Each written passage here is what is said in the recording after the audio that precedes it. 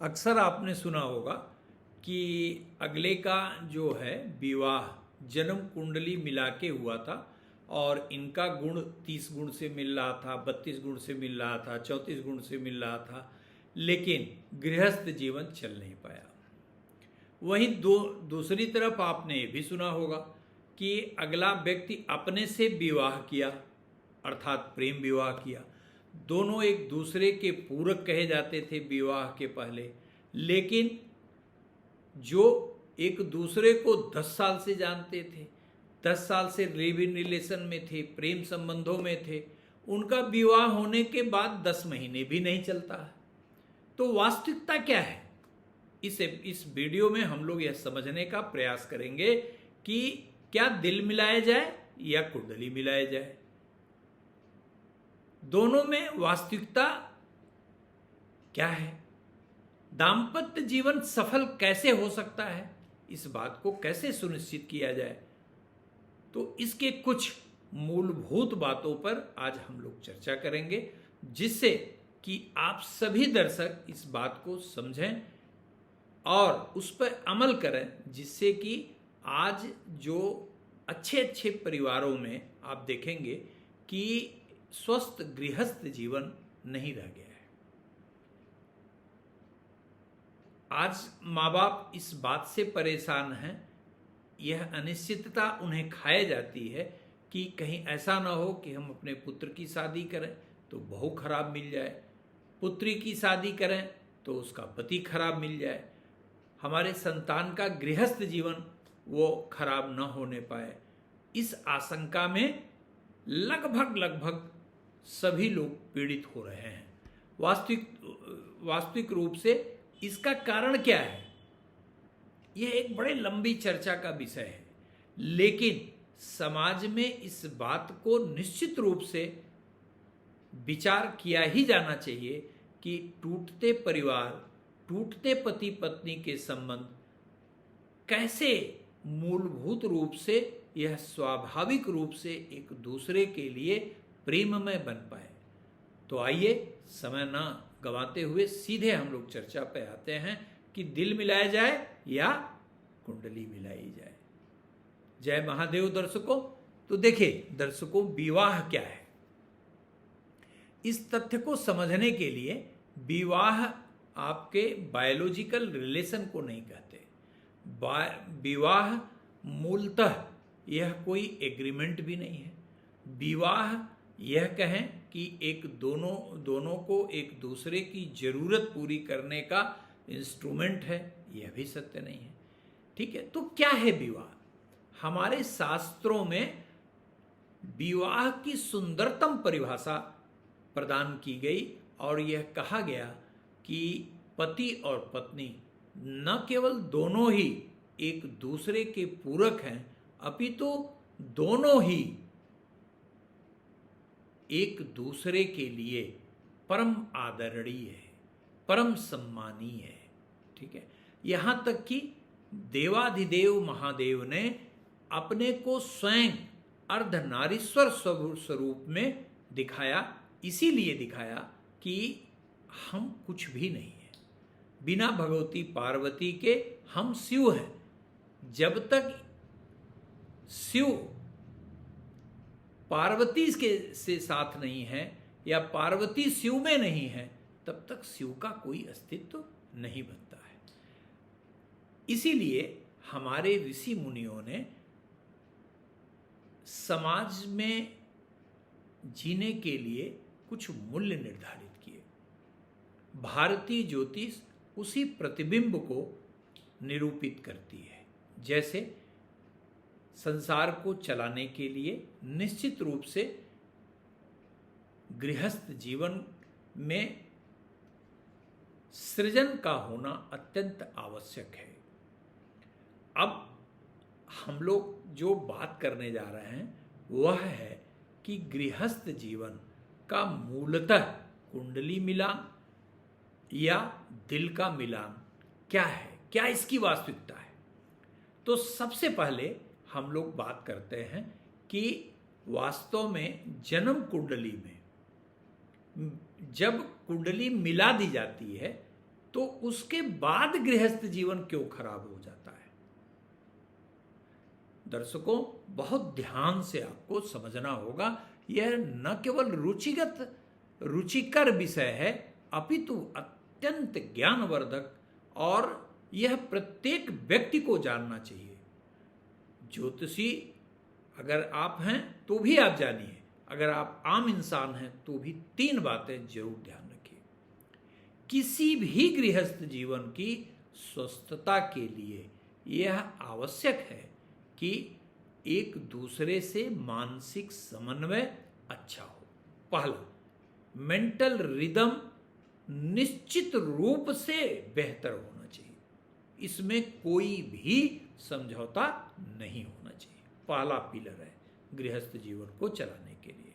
दूसरा, कि एक दूसरे से प्रेम संबंध, आकर्षण या जो उनका फिजिकल रिलेशन है वह स्वस्थ हो।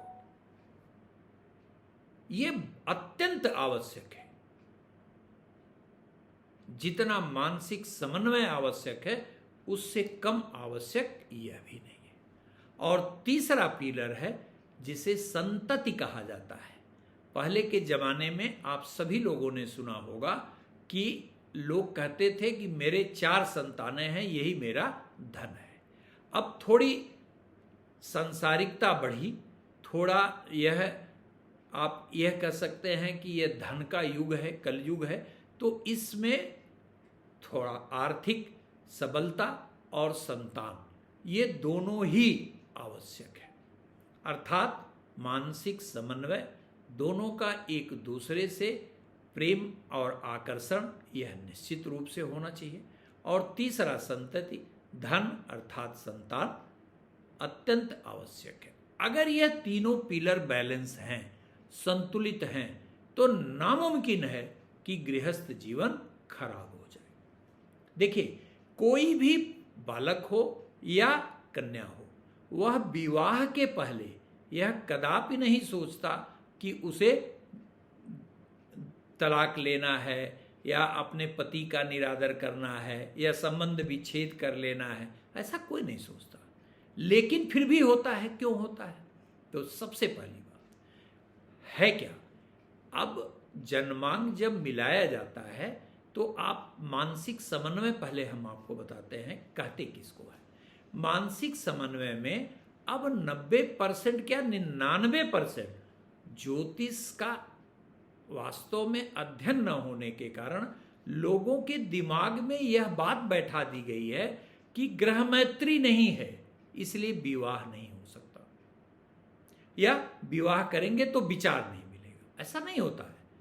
ग्रह मैत्री सिर्फ इस पर निर्भर नहीं करती है कि आपकी मेष राशि है, मान लीजिए किसी बालक की मेष राशि है, लड़की की मेष राशि है, या सिंह राशि है, या धनु राशि है, या कोई भी मित्र की राशि है, तो आपकी ग्रह मैत्री बहुत अच्छी होगी। और अगर अगले की नहीं है तो नहीं होगी, ऐसा बिल्कुल नहीं। आपने देखा होगा कि एक ही राशि, जिसे एकाधिपत्य योग कहते हैं, लड़के की भी कर्क राशि, लड़की की भी कर्क राशि, लड़के की भी तुला राशि, लड़की की भी तुला राशि, फिर भी जो है दाम्पत्य जीवन खराब होता है, मानसिक समन्वय बिल्कुल नहीं रहता। क्या कारण है? तो पहले इस तथ्य को समझिए, क्योंकि सर्वाधिक आवश्यक है। मौलिक रूप से ग्रह की मित्रता अनिवार्य रूप से अपना महत्व रखती है कि सूर्य की बृहस्पति से मित्रता है, मंगल की चंद्रमा से मित्रता है, अर्थात यह ग्रह मैत्री देखी जानी चाहिए। लेकिन इस पर निर्णय ले लेना यह खतरनाक है। तो कैसे लेना चाहिए? ग्रह मैत्री के लिए पूर्ण रूप से सुनिश्चित करने के लिए सबसे पहला आपको यह देखना होगा कि वास्तव में लड़के की जन्मकालिक जो राशि है, मान लीजिए कर्क राशि है या मान लीजिए वृश्चिक राशि है, तो वृश्चिक राशि है और कन्या की राशि क्या है? मान लीजिए मेष राशि है। तो मेष राशि अगर है तो दोनों की राशियां एक ही हो गई, ग्रह मैत्री 5 में 5 आपको मिल गई। आप बड़े प्रसन्न हैं कि भाई वाह, बहुत अच्छा ग्रह मैत्री मिला। लेकिन आप यह भूल गए कि दोनों ही राशियों का संबंध एक दूसरे से 8वें है, छठे 8वें है, अर्थात खड़ाष्टक का संबंध है। एक आग्नेय तत्व को प्रदर्शित करता है, दूसरा जलीय तत्व को प्रदर्शित करता है। तो दोनों राशियां एक समान हैं, लेकिन जीवन में कभी तालमेल नहीं हो सकता है। ठीक इसी प्रकार मान लीजिए किसी की धनु राशि है और मीन राशि है और इसी पर आपने निर्णय ले लिया, तो ये गलत है। ये से ग्रह मैत्री नहीं कही जाती। ये दोनों ही एकाधिपत्य योग होने के बावजूद भी, चाहे वृश्चिक राशि का ही वर हो या कन्या हो या किसी भी राशि का हो, तो यह संपूर्णता में संकेत नहीं देता है। क्या देखा जाना चाहिए? आप देखिए कि दोनों के राशियों के जो अधिपति हैं वह मित्र हैं कि नहीं है, दोनों में तत्वगत मित्रता है कि नहीं है, दोनों में खड़ाष्टक संबंध तो नहीं है, दोनों में द्विद्वादश का संबंध तो नहीं है, दोनों में ऋतु की भिन्नता तो नहीं है, दोनों में दिन रात का संबंध कैसा है, लड़की का जन्म दिन का है, लड़के का जन्म रात का है, या दोनों का जन्म दिन का है, दोनों का जन्म रात का है। अर्थात सभी मापदंडों पर आपको यह सुनिश्चित करना चाहिए कि लड़के का स्वाभाविक रूप से जो उसका मन है, जो चंद्रमा जिसका नेतृत्व करता है, वास्तव में वह ग्रह मैत्री जो आप ग्रह की मैत्री मात समझते हैं, उसके अतिरिक्त जो दैनिक जीवन के आपके व्यवहारिकता को प्रदर्शित करता है, उसकी स्थिति, उसकी मित्रता की स्थिति क्या बन रही है।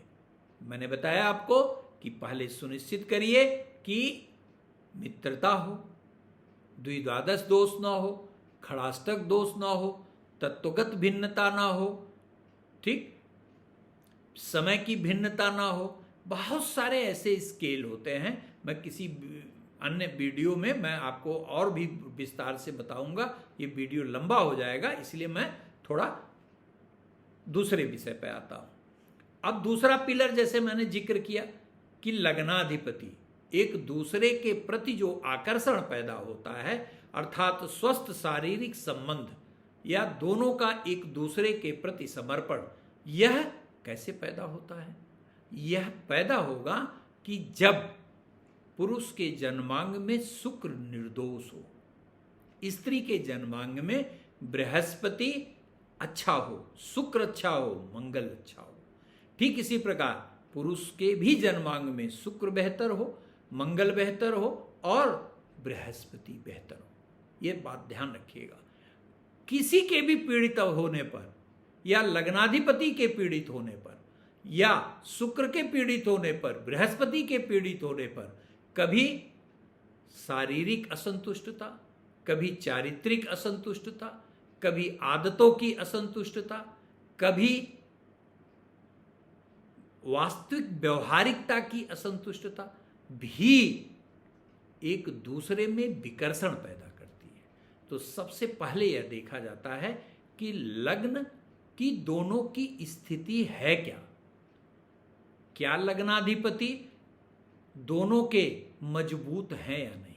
बहुत सारे लोग यह भी जो है वो देखने की कोशिश करते हैं कि अगले का जन्म कर्क लग्न का है तो उसका जो बेसिक है उसका मकर लग्न में पैदा हुए से शादी मत करिए, मित्रता नहीं है।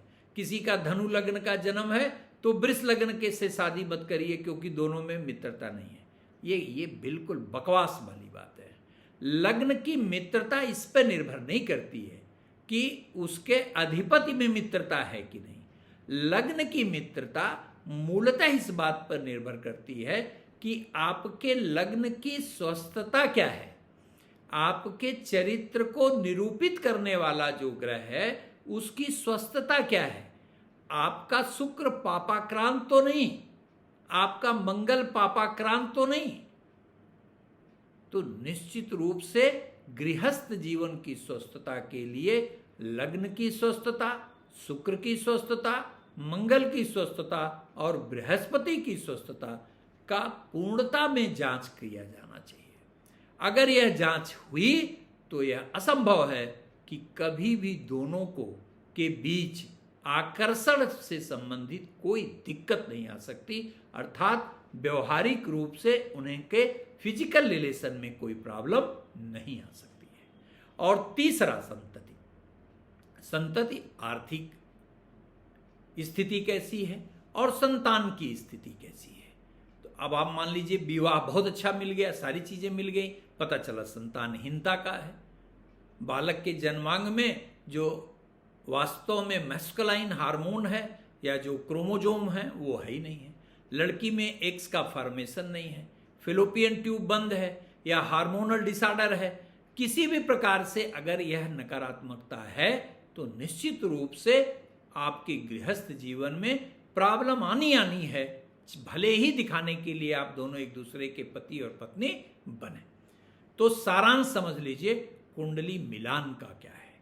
कुंडली मिलान मानसिक समन्वय हर मापदंड पर मिलाया जाना चाहिए, दोनों का एक दूसरे से प्रेम और आकर्षण सुनिश्चित होना चाहिए, और तीसरा संतति भी सुनिश्चित होना चाहिए। अब आते हैं दिल मिलाने पर। देखिए, आपने कभी सोचा है कि किसी का प्रेम क्यों होता है? कोई किसी से प्रेम क्यों करने लगता है? क्या कारण है? एक बड़े ही सुंदर बच्चे लड़के का जो है वो लाइकिंग बहुत ही कुरूप लड़की से हो सकता है, या इसका वाइस वर्सा भी हो सकता है। इसमें वास्तव में अगर आप विचार करेंगे, देखेंगे, तो पाएंगे कि इसमें जो सौंदर्य है, बाह्य सौंदर्य, जो फिजिकल ब्यूटी है, उसका बहुत महत्व नहीं होता है। हर जीव का अपनी एक स्पेसिफिक फ्रेगनेंस होती है, और हर व्यक्ति का जो फ्रेगनेंस है उसकी सर्टेन फ्रीक्वेंसी है। वो जिससे मिली उसके प्रति उसका अनुराग होना स्वाभाविक है। और जब आप किसी से प्रेम करते हैं तो हमेशा यह कोशिश करते हैं कि गृहस्थ जीवन में उसका जो, पहले गृहस्थ जीवन छोड़ते हैं, पहले हम उसी विषय पे फोकस करते हैं। जो फ्रेगनेंस है उसकी जो फ्रीक्वेंसी है, जिससे मिली उससे गृहस्थ, उससे आपको प्रेम हुआ, इसमें कोई दो राय नहीं। वह व्यक्ति आपको अच्छा लगेगा, उसकी सारी एक्टिविटी अच्छी लगेगी, सब कुछ, उससे सुंदरतम कोई व्यक्ति नहीं दिखाई देगा, और यह आपको महसूस होगा कि वास्तव में हम इसे अच्छी तरह जानते हैं, इसकी जीवन शैली जानते हैं, इसका खान पीन जानते हैं, इसका चाल चरित्र जानते हैं, इसका सब कुछ हम जानते हैं। वह उस फ्रीक्वेंसी का दोष है कि जहां मिली वो वहीं पे आपको लिमिटाइज कर देगी और उसके आगे सोचने के लिए कुछ भी नहीं छोड़ती। तो उसका प्रतिफल क्या होता है कि जैसे ही आप दाम्पत्य जीवन में प्रवेश करते हैं, आपने देखा होगा कि बहुत सारे लोग ऐसे हैं कि जो किसी को 5 साल से जानते हैं, किसी को 10 साल से जानते हैं। मैं तो ऐसे ऐसे लोगों को जानता हूं कि जो 12-12, 13-13 साल से प्रेम संबंधों में रहे हैं, लेकिन 12 महीने नहीं चले दाम्पत्य जीवन। उस पर हमारी एस्ट्रो टर्मिनल की टीम रिसर्च भी कर रही है। उसी रिसर्च का एक पार्ट हमने बताया कि यह हर व्यक्ति का, इस पृथ्वी के प्रत्येक व्यक्ति का, उसके जो व्यक्तित्व है, जो समिष्टि है सभी ग्रहों का, उसका अपना एक फ्रेगनेंस है, एक सुगंध है, और उस सुगंध की अपनी आवृत्ति है जिसे आप फ्रीक्वेंसी कहते हैं। वो जिससे मिल गई, जैसे आप ट्रांजिस्टर लगाते थे तो इतने मेगाहर्ट्ज पे फला स्टेशन पकड़ लेगा, ठीक वही है। जिस मेगा स्टेशन पर पकड़ा मेगाहर्ट्ज पे, वो आपसे फिर वही गाना बजेगा आपके दिमाग में, और कोई गाना नहीं बज सकता, उससे सुंदर लड़की हो या उससे सुंदर पुरुष हो। लेकिन जब गृहस्थ जीवन में आप जाते हैं तो गृहस्थ जीवन वास्तव में एक दूसरे के प्रति सिर्फ सुगंध नहीं देता, एक दूसरे के प्रति समर्पण खोजता है, एक दूसरे के प्रति त्याग खोजता है। और जब आप गृहस्थ जीवन में जाते हैं और दोनों एक रूप में एकमय होते हैं, दोनों पति पत्नी की तरह रहना स्वीकार करते हैं, रहना शुरू करते हैं, तो धीरे धीरे धीरे धीरे करके वह फ्रेगनेंस समाप्त हो जाता है। और जीवन के वास्तविक संघर्षों से जब मुकाबला होता है तो हर व्यक्ति, हर प्रेमी या हर प्रेमिका अपने प्रेमी और प्रेमिका को अपने स्केल पर खरा नहीं पाता।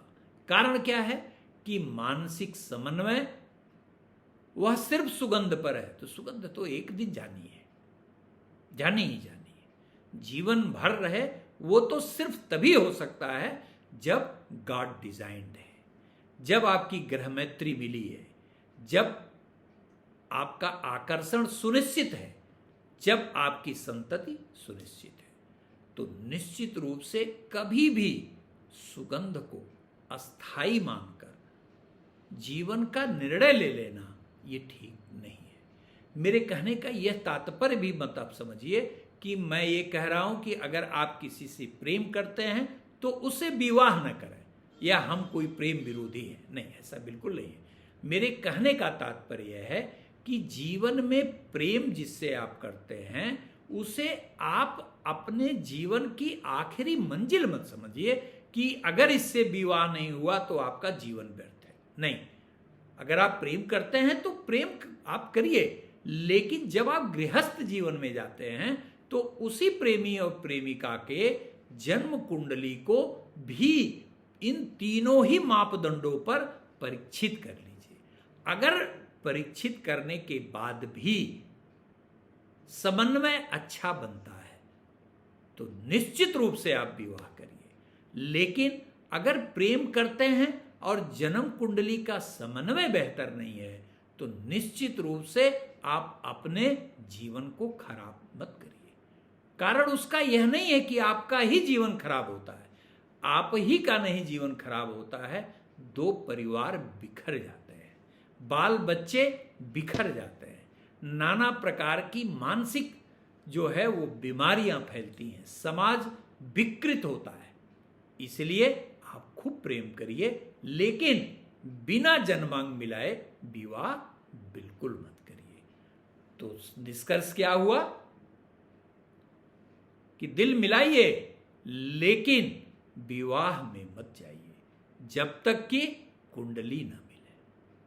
तो इसलिए वरीयता कुंडली को अवश्य दीजिए। धन्यवाद मित्रों। यदि वीडियो पसंद आया हो तो निश्चित रूप से चैनल को सब्सक्राइब करिए और बेल आइकन दबाना